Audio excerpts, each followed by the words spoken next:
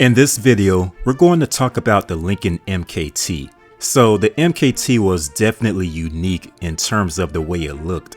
A lot of people found these things to be downright hideous, while others appreciated its polarizing design. So without further ado, let's discuss the Lincoln MKT. This story begins with a 2008 concept car. The Lincoln MKT was presented as a concept vehicle at the 2008 North American International Auto Show in Detroit, Michigan. So although this was just a concept, it did give a pretty good idea as to how the upcoming production vehicle was gonna look. The MKT concept vehicle had a 415 horsepower, 3.5 liter Cyclone V6. This was a variant of the EcoBoost engine family, which were still new at the time. This Cyclone V6 used turbocharging and direct injection to offer the power of a V8 with the fuel economy of a 4-cylinder. The MKT entered production in July 2009 for the 2010 model year. The MKT was without a doubt quite different and unique, and it had no direct predecessor. It was designed as one of the largest and fastest luxury vehicles in its price range. So in its transition from the 2008 concept to production, only a few changes were made. It was toned down a bit for production purposes, but overall it did retain about 90% of the design cues from the concept. The split grille was a feature first introduced on the 2007 Lincoln MKR concept. It was a polarizing design statement, but this styling cue would soon spread across the whole brand. The Lincoln MKT used Ford's D4 platform, but before we go any further, let me give you a quick rundown of what exactly is a D4 platform. The Ford D3 platform, yes D3 not D4, is a car platform that was used by the Ford Motor Company from 2005 up until 2019. This platform was pretty much used to underpin full-size North American cars. And as an example, it was used for cars like the Ford 500 you see here on the screen. The platform was derived from the Volvo P2 architecture, and all of this came at a time when Ford owned Volvo as part of its premier automotive group. But anyway, long story short, the D4 platform was a reworked version of the D3 unibody platform. Ford decided to create this platform specifically for crossover SUVs. The Ford Flex was one of them, as well as the MKT as we're discussing in this video. And then there was the 2011 to 2019 Ford Explorer. Alright, so that's a basic rundown of the D4 platform. So now back to the topic. The Lincoln MKT had a whopping 120.7-inch wheelbase. Having such an enormous wheelbase made it the longest D4 vehicle and the third longest wheelbase Lincoln was producing at the time. Only the Navigator and Navigator L were longer. While this thing was mechanically related to the Ford Flex, it shared no common body panels with it.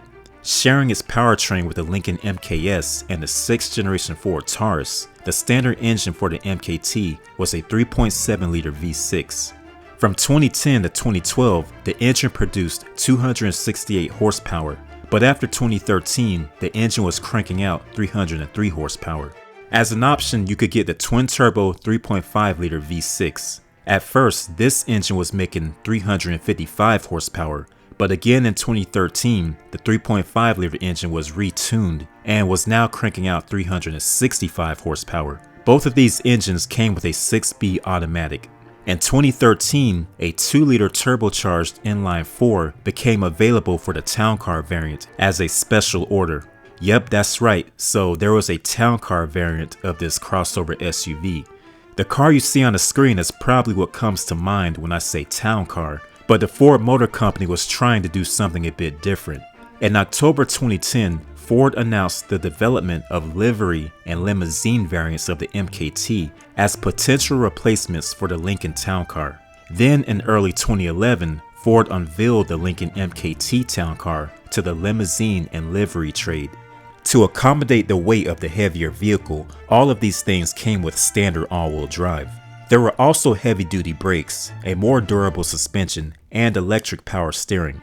So again, the 4-cylinder was only available through special order. It was not available on the standard production MKT, but it could be found under the hood of some of these particular vehicles.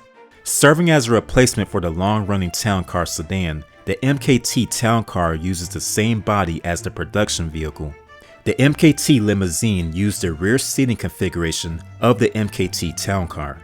As with the previous Lincoln Town Car, the Ford Motor Company allowed the MKT limousine to be stretched to a maximum of 120 inches over its original length.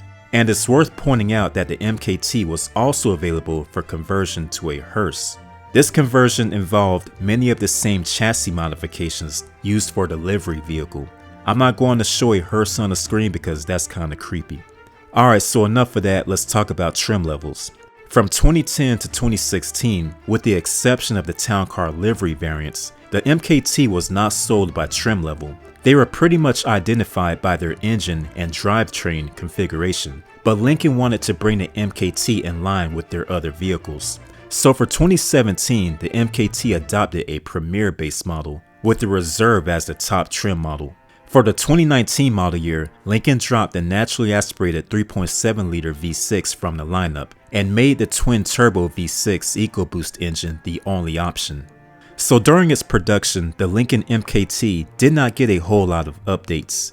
Kinda like the Ford Flex, this was another vehicle that went on throughout most of its production run with very minor changes. I say with the Flex, the only major update it got was a mid-cycle refresh for 2013. In 2013, they decided to bring the MKT more in line with the MKZ and MKS. That said, the front fascia of the MKT was redesigned, with the widely spaced grille replaced by a more narrowly spaced design. There was also a redesign of the lower grille. I would like to point out that this was just a mid-cycle refresh, not a full-on redesign of the vehicle. For 2016, a new Sync 3 infotainment system replaced the previous My Lincoln Touch. In 2017, the front fascia saw a second update, with the vertical grille layout being replaced by a widely spaced horizontal design, shared with the Lincoln MKC and the 2016 to 2018 MKX. On a positive note, these things were spacious and quite comfy to ride in, if you could get past the exterior design. One thing I did like was the taillight design. They kinda resembled the taillights from the Lincoln Mark 8. I wouldn't be surprised if the designers at Lincoln used the rear of the Mark 8 as a source of inspiration. Well, the MKT might not be for everybody, but at least it came at a time when we actually had options. So what do I mean by that? I mean, if you didn't like the MKT and you decided that the Navigator was maybe too big and you didn't see any of their other SUVs appealing, then you could have driven off the lot in a redesigned MKZ. Or you could have got the MKS. Both of these sedans were quite attractive. Then later on, they decided to bring back the Continental. So yeah, there were a variety of cars to choose from back then. And I even read reports of people visiting a Lincoln dealership only to leave due to a lack of variety. Those same prospective customers visited a Cadillac dealership and drove off the lot in a brand new CT5. I also heard a lot of people say that the MKT was no replacement for the OG Town Car, despite what Lincoln claims. They also said that Lincoln made a huge mistake by attempting to fill the role of the OG Town Car with the new MKT Town Car. So let me know what you guys think about the Lincoln MKT, and I'll catch you in the next video.